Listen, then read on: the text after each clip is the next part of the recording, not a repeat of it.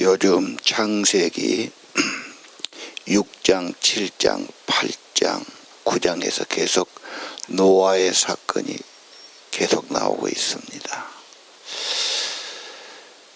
창세기 1장에서 11장까지가 인류의 역사들, 네 사건, 그렇죠. 그리고 이제 네 인물들, 그렇게 12장부터 나가지요. 이 사건에 보면 하나님의 창조와 은혜 엄청 좋았죠. 그런데 인간이 타락하지 않습니까? 잘못하지요. 하나님은 잘못을 싫어하지요. 죄를 심판하시고 안 된다고 경고하시고 그리고 반드시 응징하시죠. 그래서 우리가 죄와 심판은 꼭 연결되어 있다. 하나님께 오래 참고 회개하기를 기다려서 그렇지 전혀 없는 건 아니다. 그래서 창조와 타락, 그래서 에덴 동산도 문제가 왔고, 그렇죠. 카인에게도 문제가 왔고, 그 자손들 다 그렇습니다. 지금 노아 시대도 마찬가지죠. 죄가 많아서, 너무 많아서 이제 경고하고 대청소하고 심판하고 멸망한 거죠. 그러나 하나님은 언제나 새롭게 길을 내시죠. 새로운 창조, 새로운 인물, 믿음의 사람, 새 시대를 열어가지요. 그게 이제 노아가 되지요. 예. 오늘 8장을 보면요, 하나님이 기억하셨다 그렇게 돼 있어요. 권념하셨다 그제는 그랬거든요. 하나님이 보살펴 생각해 주셨다. 자기 자식들을 좀 생각하는 마음이 있죠. 그래서 필요한 것이 있으면 생각도 하고 걱정도 하고 짜놨기도 하고 뭐 그런 거죠. 하나님의 긍휼, 하나님의 은총 기억하시고 보살피고 생각해 주신다. 아브람을 기억하셨다 그런 시편도 있어요. 예. 오늘 노아와 그 방주에 있는 자들을 그렇게 하셨다. 특별히 환난 중에 있는 자는 더 하나님이 보살피시죠. 그래서 이사야 성경에 그랬죠. 네가 불 가운데 들어갈 때, 물 가운데 빠져 있을 때 하나님께서 보호하신다. 생각하시고 보살피시니까 어려움 당할 때 그걸로 끝이 아니란 말이죠. 정말로 크신 하나님이 우리를 보살피고 있다. 미래 다 불안하게 생각하지요. 요즘은 젊은 청년까지 내가 늙으면 노후에 어떻게 할까 생각해요. 하나님 손에 달렸지요. 우리 생명은 철저히. 그럼 하나님이 어떤 분이십니까? 긍휼이 많으시단 말이에요. 죄는 또 싫어하시지 않습니까? 그래서 하나님을 잘 섬기고 뜻을 받들고 사는 게 중요하지 다른 걱정 먼저 할 것도 없지요. 유명한 리빙스턴이 그랬어요. 아프리카 그 뭐 맹수도 많고 정말 뭐 뱀도 많고 그렇죠.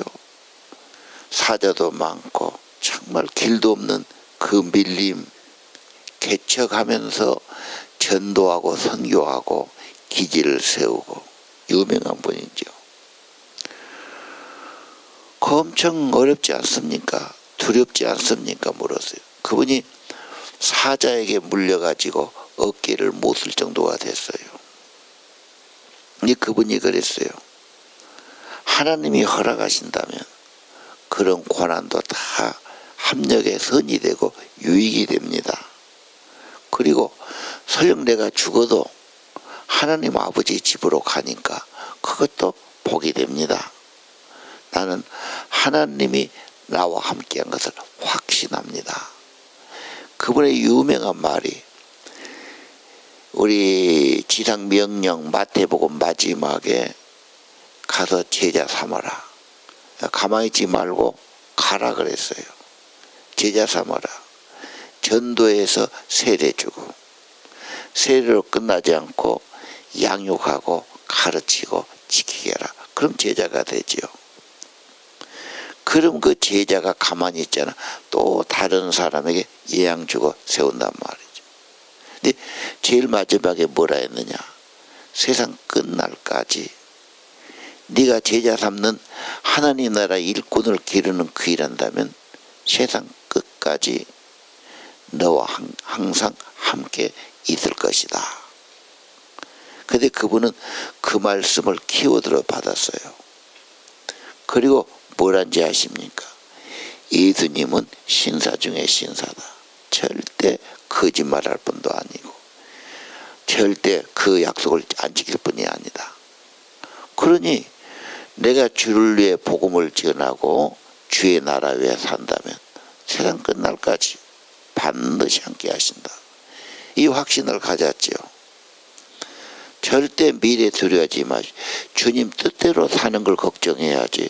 다 주의 손에 있습니다. 또 내게 어려움이 와도 나를 더 연단하든지 축복하든지 회개하든지 합력의 선을 이루시니 걱정할 것도 없지요.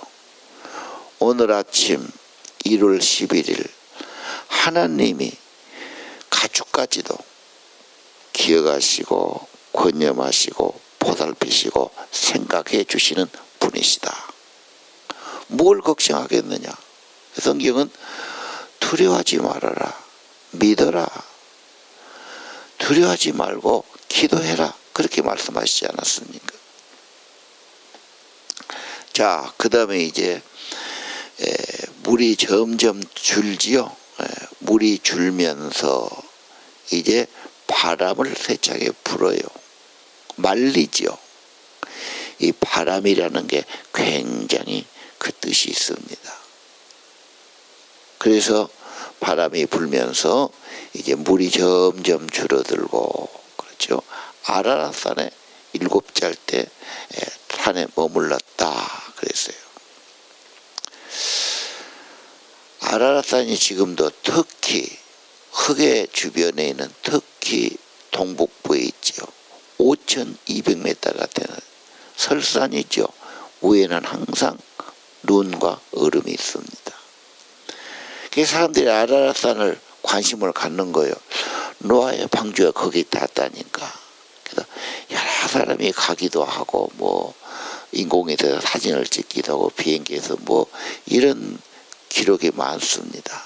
그래서 노아의 방주의 흔적, 무슨 모습, 무슨 그런 뭐 화석, 그런 나무 이런 기록이 나온 것이 여러 건이 되지요. 그러나 거기가 세 나라 국경이 가까이 있어서 참 접근하기가 쉽지 않은 곳이고 뭐 이렇게 지금 기록이 되어 있습니다. 자, 그 다음에 이제 노아가 까마귀도 냈다가 비둘기도 냈다 하면서 다 말랐는지 그렇게 지금 살펴보는 거지요. 나중에 보니까 까마귀가 잎사귀를 물고 왔다. 비둘기가. 그리고 나중에는 비둘기가 돌아오지 않았다. 그렇게 되어 있어요. 비둘기는 언제나 성경에서 성령을 상징하죠. 그래서 강단에 비둘기가 내려온 것을 그려놓거나 설을 놓는 교회들이 많아요. 주보에도 그러고요. 왜? 세례받을 때 성령이 비둘기처럼 임했다. 성령의 표시죠. 언제나 성령은 우리 인생에 소망을 주고 새 시대를 줍니다. 그리고 방주에 나왔다 그 말은 부활을 의미하기도 합니다. 부활하신 예수님이 성령을 주시죠. 그리고 우리에게 새로운 시대, 새로운 생명, 새로운 삶을 주는 겁니다.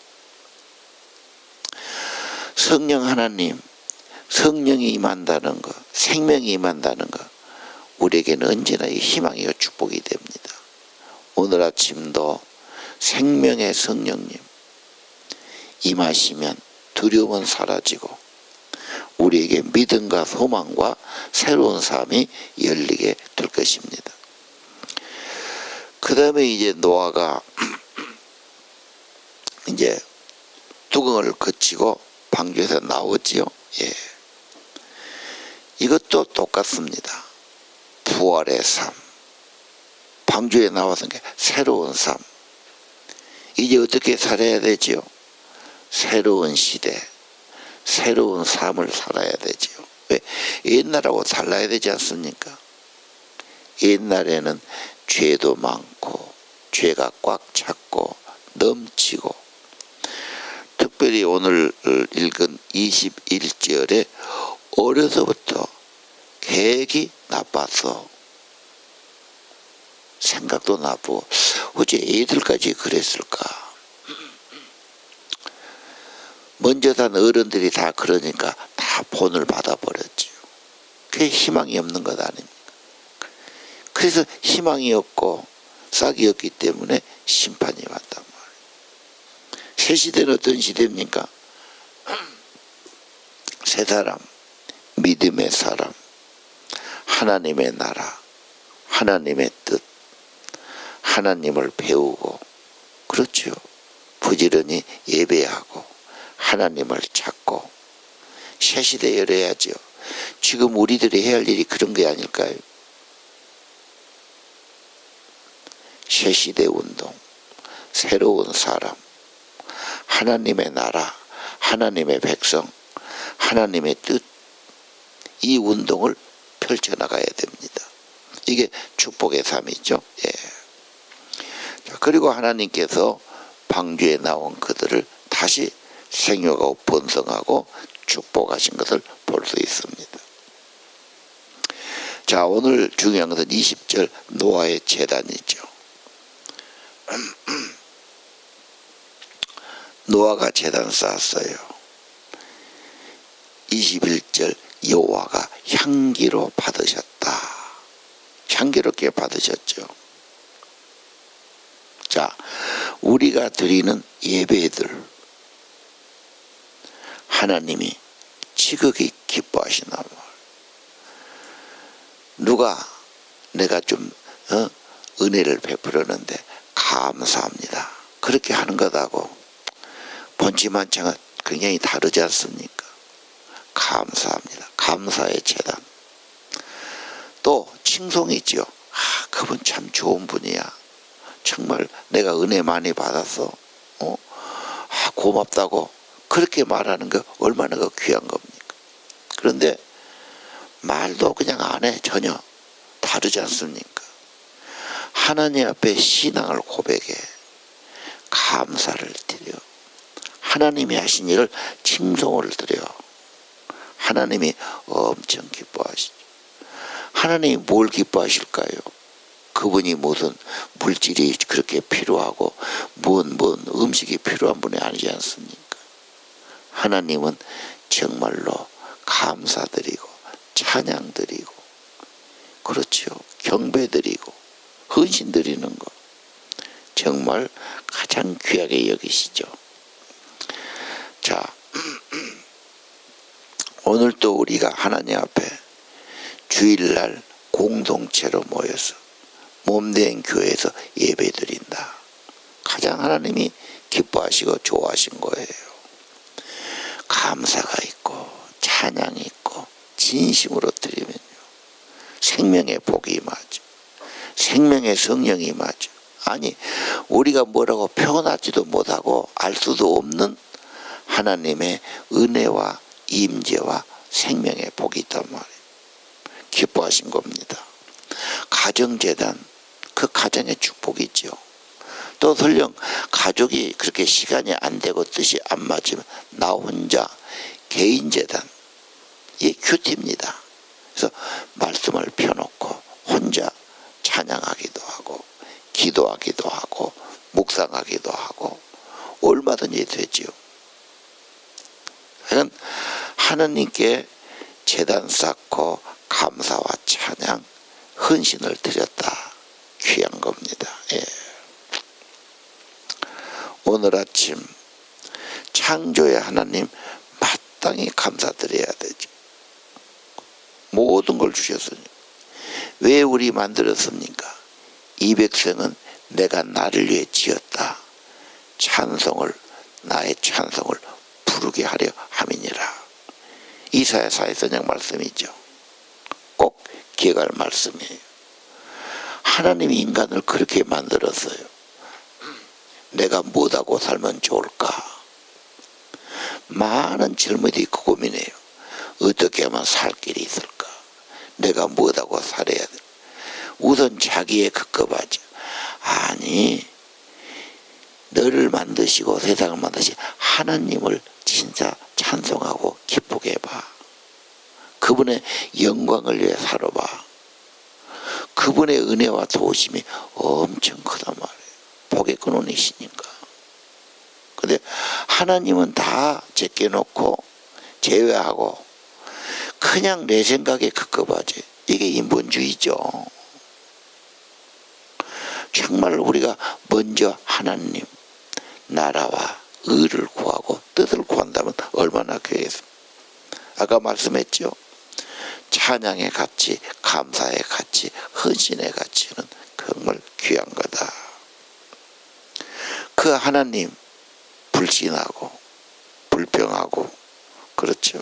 자기 멋대로 살고 세상 따라 사람 따라 죄나 따라가고 이게 망가지는 길이 아닙니까? 철저하게 우리가 하나님 중심으로 하나님을 섬기고 감사하고. 왜? 창조주 하나님이니까. 지금도 재창조, 새로운 창조, 생명의 성령, 지금도 은혜 주시고 만물을 새롭게 하신 주님을 믿어야 합니다. 오늘 노아의 제단, 제물, 헌신 참 귀합니다. 다시 한번 이 세상을 홍수로 다 청소해 버렸어요. 좋은 청소가 물 청소 아닙니까? 그냥 물을 바켓으로 그냥 큰 그려서 완전히 뿌려가면서 쓸어내고 완전히 대청소했죠. 이게 세례입니다. 세례 우리가 물을 적게 하지만 원래 세례는 아주 물속에 집어넣어요. 그래서 완전히 물에 들어가고 찢겨지고 죽어지고. 그래서 홍수를 통해서 나도 죄에 대해서 죽고 이 악한 세상에 대해서 나도 죽고. 세례가 그런 뜻이죠. 내가 주님과 함께 장사된다. 과거의 삶, 세상의 삶은 이제 끝났다. 그걸 어떻게 살아야죠? 세례받고 나올 때부터 이제는 주님의 삶이에요. 주님 모시고 사는 거죠. 오늘 노아의 홍수가 세례의 표시죠. 이제 내가 옛사람, 세상 사람 따라가는 거, 세상 말 이게 다가 아니다. 나는 이제 우리 주님을 섬기고 주의 백성으로 주의 의와 뜻을 구하면서 가장 좋은 것은 제자 삼는 거지요. 예수 사람 만들어요. 진정한 예수의 사람, 주님을 향한 비전, 주님 나라에 대한 헌신. 그러면 자꾸 생산적인 되지요. 하나님이 가장 기뻐하신 거예요. 제자 삼으라. 우리 제자반 이름이 듣기는 좀 그렇게 은혜롭게 안 들리죠. 제자반 뭐다 잔 거냐. 지상 명령 다른 건 안 해도 가장 큰 명령은 꼭 생각해야 한단 말이에요. 인간 잘하려 해도 잘 안 됩니다. 그게 절대 하나님이 이런 막 욕심 부리고 막 열심히 한다고 되는 게 아니고 성령의 기름 부음과 뜻을 따르니까. 그거 내가 한다면은 그것도 이상한 거예요. 되지도 않고요. 주님이 도우시고 임재하시고 은혜 주셔야 돼요. 기다리기도 해야 되고요. 물론 기도도 해야 되고요. 그렇죠. 헌신도 해야 되고요. 안 된다고 낙심하고 좌절할 것도 없고요. 그죠? 내가 드리면 주님이 이루시고 영광을 주님이 받으시는 겁니다. 그리고 그 사람은 세상 끝날까지 주님은 끝까지 함께 하시고 도우시고, 그렇죠. 오늘 너와 새롭게 결단해요. 우리도 새롭게 결단해야지요. 이제 세례 받았으니, 이제 주님 제자 됐으니, 저도 이제 주의 영광을 위해, 주의 나라를 위해, 주의 복음을 위해, 주의 선교를 위해 쓰임받기를 원합니다. 그런데 여러분이 한 일 다 제껴놓은 건 아니지 않습니까? 하시면서 마음이, 중심이, 여러분의 적은 정성이라도, 그렇죠. 여러분이 못하지만 교회 공동체에 하신 분이 있잖아요.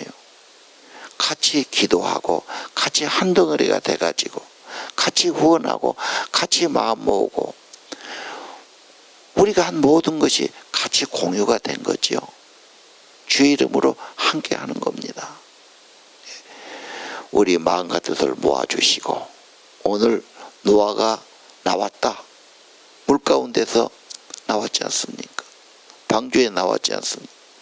새로운 세계를 열었지 않습니까?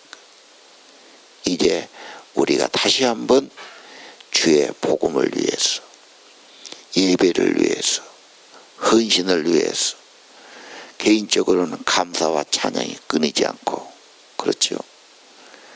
주의 나라 핵심은 사람입니다. 우리 어린 아이 하나라도 진정으로 거듭나고 예수의 사람, 예수 비전 신고 꿈에도 소원은 그렇게 사시기를 바랍니다.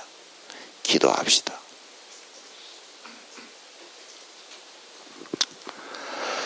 하나님 아버지, 오늘 말씀으로 우리를 권고해 주시고 저희들이 흔들림 없이 우리 목표, 우리의 비전, 우리의 사명 분명하도록 축복해 주옵소서. 그리고 우리 성도들 강건케 하시고 생명의 성령이 임해서 건강을 회복시켜 주시고 시력도 회복시켜 주시고 신경도 회복시켜 주시고 저들의 삶도 가정도 다 회복시켜 주옵소서.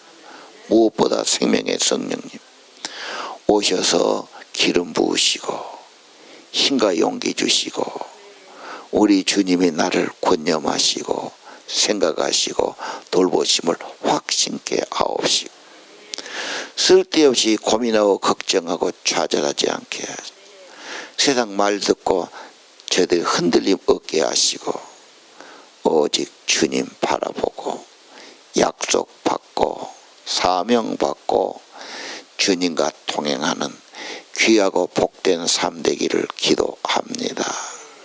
새벽 성도들 강건케 하옵소서. 그리고 하나님의 귀한 믿음의 종들로 세워 주옵소서. 하나님의 교회 날마다 말씀으로 든든히 세워지 성령의 기름 부음으로 생명 있게 하시고 주님의 복음이 아버지 하나님 저희들을 통해서 복음의 향기가 나타나도록 기름 부어 주옵소서. 교회에 하나님 일꾼이 필요합니다. 젊은 사역자들이 필요합니다. 부목사도 필요합니다. 하나님 은총을 베푸시고 좋은 분들 주시기를 기도합니다. 하나님의 은혜를 오늘도 간구합니다. 새벽 성도들 기도하는 그 자리가 복되게 하시 주의 임재가 가득하게 하시 생명의 성령으로 감싸 주시고 오늘 또 새로운 은총을 입게 하옵소서. 귀한 예물과 정성 축복하시기를 빌고 우리 주 예수님 이름으로 간절히 기도드립니다.